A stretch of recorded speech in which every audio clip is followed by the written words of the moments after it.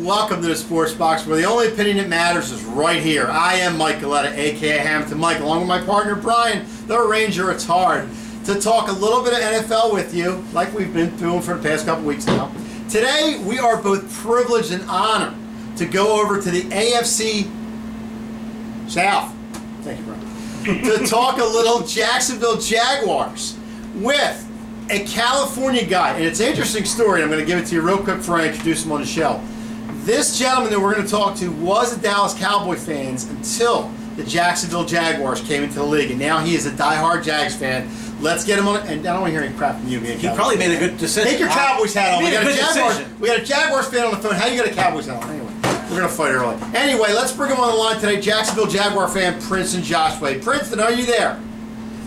Yes, I'm here. How you doing, Mike? Great. We're doing fabulous today. I can't wait to talk some Jaguar football. So. Oh yeah. Thanks for having me on the show. Absolutely. We only have winners here. Only winners. Only winners. Come on. If you are not a winner, get the hell out of here. Anyway, Brian, stab me. Let's go. Jacksonville Jaguars. They finished 5-11 last season, which was good enough for third place in the AFC South, but did not make the playoffs. They had the 27th ranked rushing attack, but they were 10th through the air. Defensively, they were 15th against the run. A little disappointing, 29th against the pass. They broke my Cowboy fan heart. They took Jalen Ramsey, cornerback out of Florida State, with the 5th overall pick after the Cowboys whiffed. It is what it is.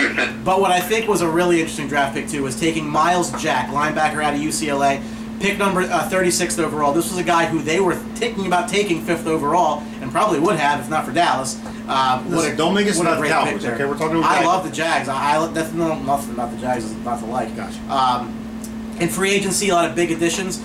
Chris Ivory, Prince Amukamara, and Malik Jackson are going to be big pieces for that team. Did surprise a lot of people last year with the potency of their passing offense led by high pick Blake Bortles. The 3rd overall pick in 14 had a bit of a coming out party last year. Only 24 years old, a ton of upside.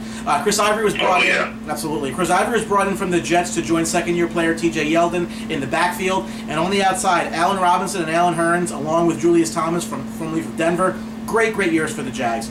As I mentioned, they were the story of the draft in 2015, taking Ramsey 5th overall. They got Miles Jack, who easily could have been a top 5 pick in the 2nd round. And then Dante Fowler, who was a guy that took last year very high, 3rd overall, missed the whole season last year. He's going to make his debut. Those are 3 really young, talented pieces the Jags are adding to their defense. There was a lot to like about this team's future. So, Princeton, you had to just have been glowing on draft night. Yeah, the past couple of years we've been really well with our draft. I love the GM we have, Dave Caldwell. He came from Atlanta Falcons, so he pretty much built that team up with Matt Ryan and Julio Jones, Devontae Freeman. A lot of those guys were the guys that he brought in, so I've been pretty happy with him so far. I wasn't a big Blake Bortles fan in the beginning. I wanted Sammy Watkins in that draft, so it's worked out pretty well so far. So you talk Jaguars, you talk offense. The Bortles obviously the pick. I think it's a good pick. This is year 3 of Bortles, whole exploration of the Jaguars offense with the weapons he has, right. Hurns, Robinson, and now I think a decent, if not potent, running attack. How do you think Bortles is going to have for a year this year? I think he's have a really good season this year. Last year he got caught with, the team always was playing catch up. So all those fantasy players that think he's going to put up those top 5 statistics like he did last year, I don't think it's necessarily going to happen this year because we have a better attack with the rushing and everything. So I think we're going to do a really good job this year with the running attack and I'm putting Bortles in positions to where he always has to pass. So, yeah, if you're a good player, I wouldn't suggest to be Bortles early. So there's going to be a bit of, I think, a training camp battle for that starting running back position. So T.J. Yeldon from last year, he did okay in his rookie season, but they did bring in Chris Ivory from the Jets, who had a great year in New York. Who do you think has the inside track, if there is one, to be the lead back for the Jags this year? So far from what I've been reading from all my sources, they're going to be sharing the load back there in the backfield. So I think they're going to get even amount of touches, unless one of them gets hurt. Okay. We talk about Bortles. I think, in the contrary, I think he's going to have a really solid year because here's a guy with you look at the offense now. He's got a lot of weapons there, Julian. That's why I say it's a make or break season for him because you got Julius Thomas at the tight end position. You do have Robinson. You do have Hearns. Do you agree if Bortles doesn't? I don't want to say get to the next level in the way of get them to a Super Bowl or division championship or division conference championship, but do you think that Jacksonville, if they don't really contend this year or try or make the playoffs this year, that he's in jeopardy of possibly not being a quarterback in upcoming years? No, that's tough to say. I mean, we pretty much invested a lot into him being a top 5, top 10 draft pick. Yeah, so third overall. I mean, he's been making great progress. He just needs to do a better job with limiting some of those turnovers, which wasn't all his fault necessarily, but we just got to do a better job limiting those turnovers. I'm saying he had 26 turnovers last year. He had 18 picks he threw and 8 fumbles. So yeah, he's got a better job of just taking care of the ball and just making the right reads. How excited are you this year to finally see Dante Fowler, on the field again? That was a guy that they drafted very high. They've really been addressing their defense, which is not really a surprise, given that the head coach that they have, Gus Bradley, has a defensive background from Seattle. They've been addressing it heavy. Do you think this is the year that we see the Jags defense kind of go to the upper echelon of the league? Yeah. I was really devastated last year when he got hurt because he got hurt in the first training camp practice. Yeah. So I was really stoked to see him play last year.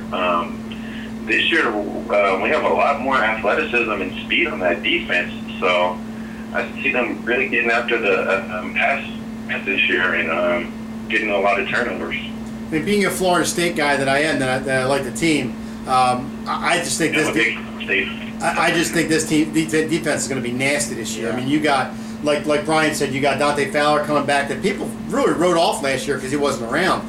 You got Jalen Ramsey. Yeah. You got Jalen Ramsey coming here, which I think was a real solid pick, and they took a chance on Miles Jack, which I think is really going to pay off. Now, do you think this Jacksonville team is going to be a team that's going to be well balanced in a way of they're going to be able to move the ball and slow teams down on defense, or is it going to be kind of the other way around or a little bit different in the way of the defense slowing down teams, but the offense has to need to get back on track?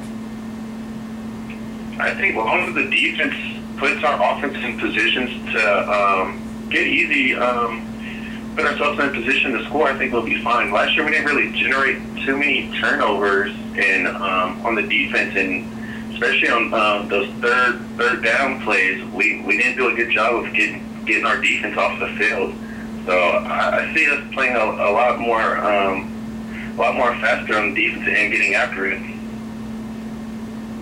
Okay, looking at the schedule, Princeton, the schedule is a good schedule, I think, for Jacksonville. I mean, they are going to be an up and coming team, and I think they're going to play. They're going to be in a lot of these games. But where do you see a stretch in the schedule that the Jacksonville really has to make some noise and really come up? The three games I see in this stretch that they could definitely winnable games is the stretch. I believe it's in Week 11 where they play home against Houston.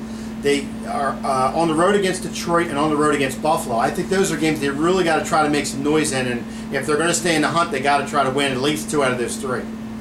Yeah, I agree, and they're going to have a big test ahead of them in the first game, also with that Green Bay game. Yeah. So, but those 3 games right there, those are 3 good defensive teams too. So they cannot go 0-3, especially in November. That's when teams.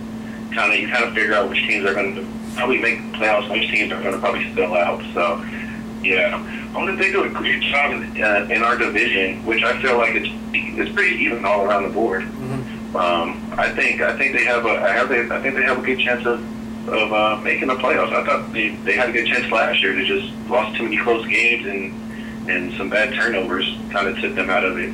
Yeah, they're in a winnable division for sure. I think, honestly, if you really look around the league, they might be the sexy pick to come out of that division. You like that, don't you? You did sexy pick. Yeah. Princeton, he said sexy pick. I love it. It's great. It's great voice here at the Sports Box. I love it. I think you're going to find out a lot about this team between weeks 13 and 15. Those are 3 really tough games. The 2 of them are at home. Yeah. They do host the Broncos, Super Bowl champions. They do host the Minnesota Vikings, and they go to Houston.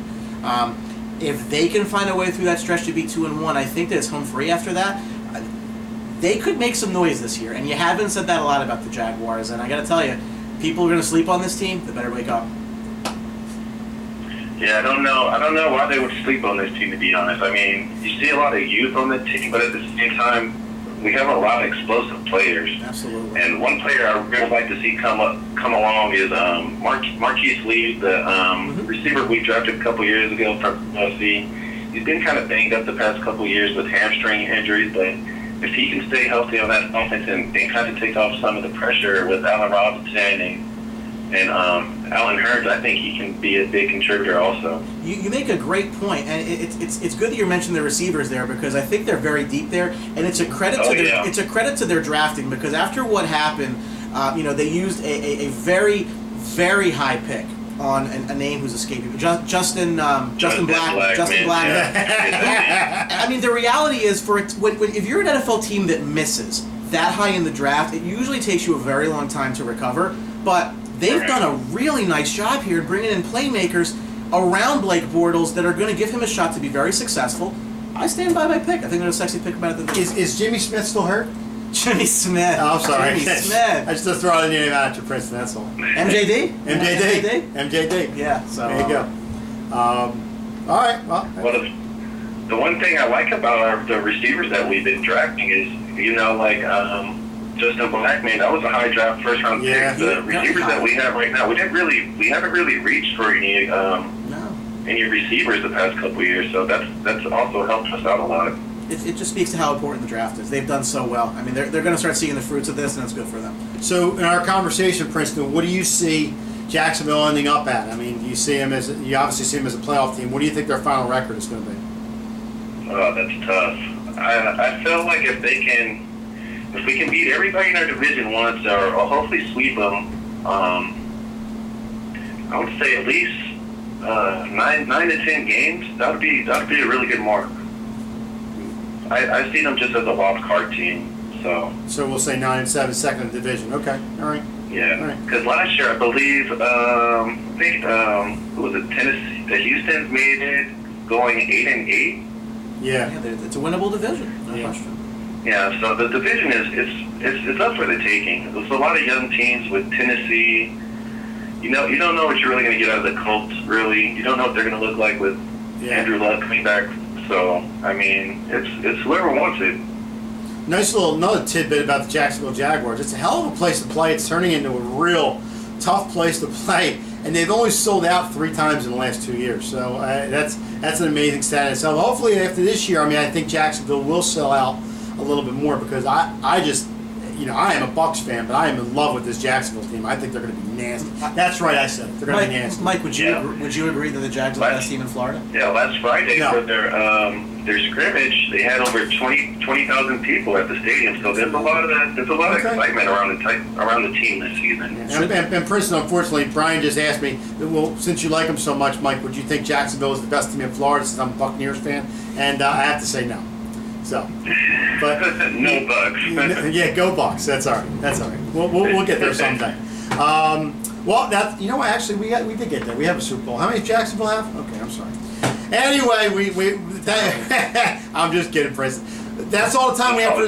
That's all the time we have for Sports Box today. We want to thank a Jacksonville Jaguar fan in Princeton, Joshua, coming on the show and gracing us with his knowledge. Princeton, thank you very much, pal. No problem. Anytime. Absolutely. We're going to keep Princeton's name Magic Rolodex? In the Magic Rolodex. So anything happens to the Jacksonville Jaguars, they get hot, whatever something happens, they start winning, whatever the case may be. We're going to get Princeton back on the show, and we're going to talk a little more Jags. Is that okay, Princeton? Oh, yeah, love it. Attaboy. Because we only have winners here. Only winners. There's going to be some winning in Jacksonville this year. Damn right there's going to be. There is. But they're not the best team in Florida. Anyway, thank you for watching. We got some good things coming. Make sure you're following us on social media. We're at Sportsbox Show on Twitter. Make sure you like us on our Facebook page. And absolutely don't forget to subscribe to our YouTube channel so you get all of our fresh content fresh and hot off the press. That's right. And hopefully Princeton knows by now the only opinion that matters at the Sports Box is right here. Thanks for watching. See ya! Don't forget to subscribe.